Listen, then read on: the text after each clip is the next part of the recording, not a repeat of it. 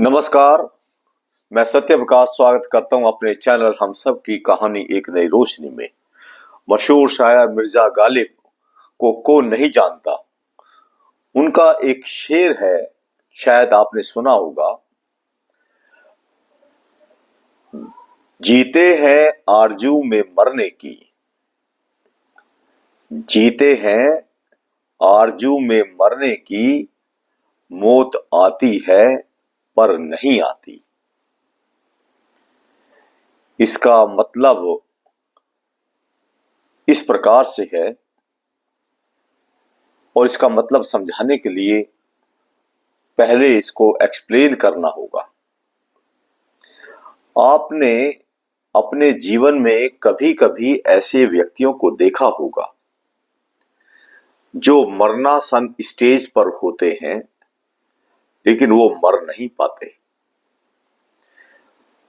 ऐसे ऐसे चौराहों पर ऐसे ऐसे लोगों को देखा होगा, आप खुद कह बैठते हैं कि इनकी भी क्या जिंदगी है।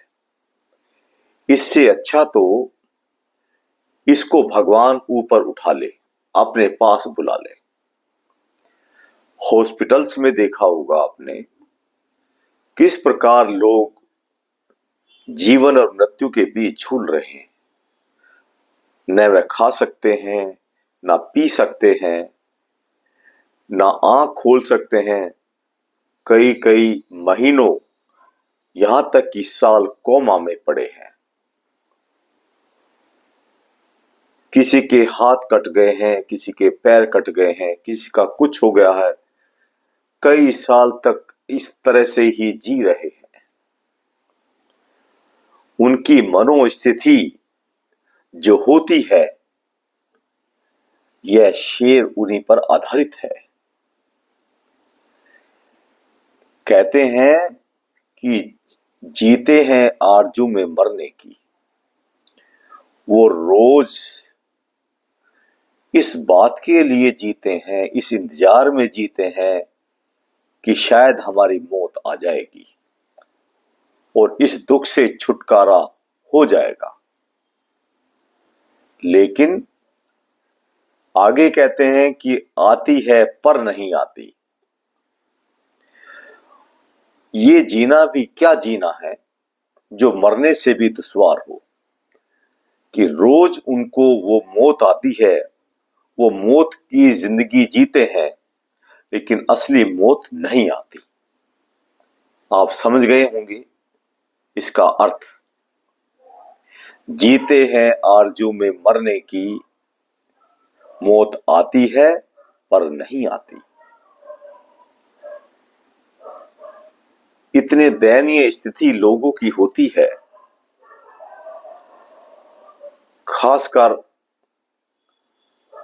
वृद्धावस्था में, बिल्कुल लास्ट स्टेज पर लोग कई कई साल इसी स्टेज में बिता देते हैं। उन पर बड़ा तरस आता है। कुछ लोग जिनका सब कुछ छिन जाता है, जिंदगी से हताश हो जाते हैं, जीते वो भी हैं, लेकिन मन में कहीं ना कहीं यही सोचते हैं कि ये क्या जिंदगी है, इससे अच्छा तो हमें भगवान उठा ले। इस स्टेज में वो लोग मरने के समान ही हैं, बस मौत आती नहीं है। इन लोगों के लिए कुछ सबक लेना चाहिए, इस दुख दर्द से उभरना चाहिए। जिंदगी अगर ऊपर वाले ने दी है तो हमें इसका सम्मान करना चाहिए। मानते हैं कि दुख दर्द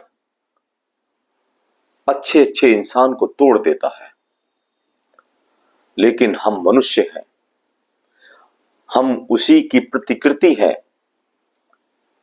हमें इस जीवन का सम्मान करते हुए हमें जीना चाहिए, हमें हिम्मत दिखानी चाहिए, एक कदम आगे बढ़ना चाहिए।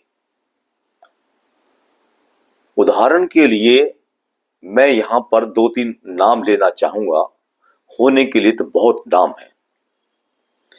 एक मशहूर गीतकार संतोष आनंद है, उनके बेटे का देहांत हो गया, सुसाइड कर लिया था उन्होंने। जिस व्यक्ति ने जिंदगी भर ऐसे जिंदगी के गाने गाए हो, लेकिन वो टूट गए थे, बहुत बुरी तरह से टूट गए थे। आप गूगल पर उनकी अगर वीडियो देखें तो आपका दिल दहल उठेगा। लेकिन भगवान कोई ना कोई सहारा जरूर देता है। उनकी पोती में उनको एक भगवान का रूप दिखा और उन्होंने उसी के सहारे दोबारा से जीना शुरू किया और आज वो समय के साथ अपनी जिंदगी को जी रहे हैं। दूसरा उदाहरण एक मशहूर गजल गायक हैं जगजीत सिंह। उनके साथ भी उनका एक जवान बेटा मर गया था और वो बुरी तरह से टूट गए थे। उन्होंने कभी गजल गाने के लिए सोचा नहीं था उसके बाद, लेकिन कुछ मित्रों ने,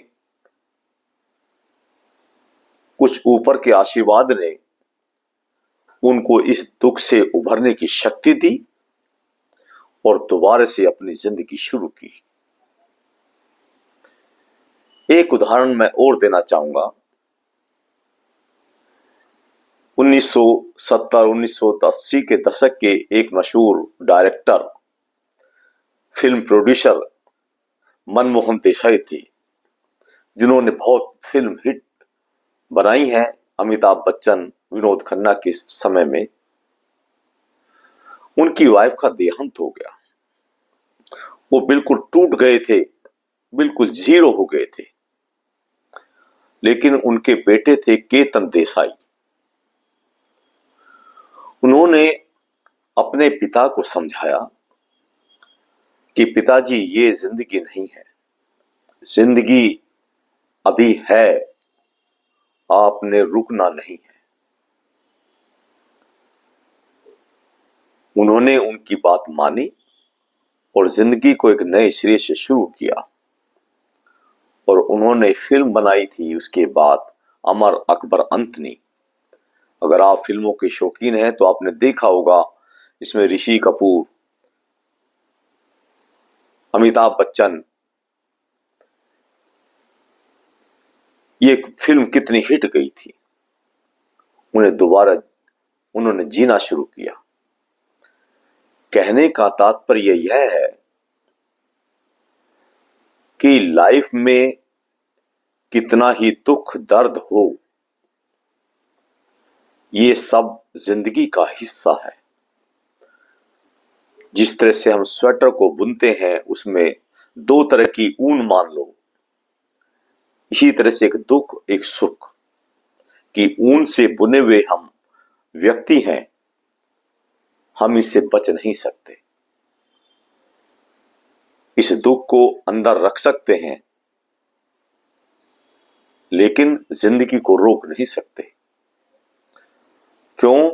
क्योंकि ये हमें वरदान है, ऊपर वाले से हमें जीवन मिला है, इसका हम अपमान करने का हमें कोई हक नहीं है। तभी ऊपर वाला हमसे खुश होगा। जिस पर्पस से उसने हमें यहां पर भेजा है, उसको हमें पूरा करना होगा। हमें अपना नाटक का जो पार्ट है हमें पूरा करना होगा। कुछ लोग इस दुख दर्द से हार कर सुसाइड करने तक की सोचते हैं। आपको साथियों में बताना चाहूंगा, सुसाइड एक ऐसा कर्म है जिसको ऊपर वाला भी माफ नहीं करता। आपको मरने के बाद भी आपकी स्वाभाविक मौत जो ऊपर वाले ने लिखी है, तब तक आपको कई हजारों साल ऐसे ही भटकना पड़ेगा। क्यों? क्योंकि आपने सृष्टि के नियम को तोड़ दिया है। आपको जिस रोल को प्ले करने के लिए भेजा गया था, जिस नाटक में आपको भाग लेना था, आपकी वजह से वो साइकिल सब टूट गई।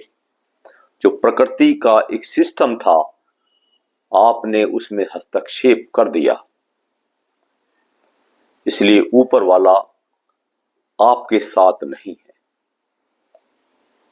इसलिए यह कदम कभी नहीं उठाना चाहिए। कुछ भी हो जाए, जिंदगी को जीना हमारा सबसे पहला काम है। और बेहतर होगा हम खुशी खुशी ही जिए, दुख को हवा में उड़ा दें। इस खुशी से जीने के लिए कुछ काम हमें करने होंगे,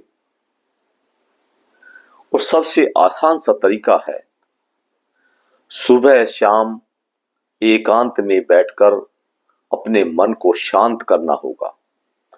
सुबह शाम आपको अपना हिसाब लगाना होगा कि हमने क्या किया, कुछ गलत हो गया है तो हम उसको ठीक करें और आगे ठीक करने की कोशिश करें। उसके लिए एक विधि है मेडिटेशन। आप रोज हमेशा मेडिटेशन करें, इसको अपनी आदत बनाएं। मुझे पूरा विश्वास है यह आदत आपके अंदर उतर जाएगी और आपकी नाव भी इस भवसागर से उतर जाएगी। Thank you.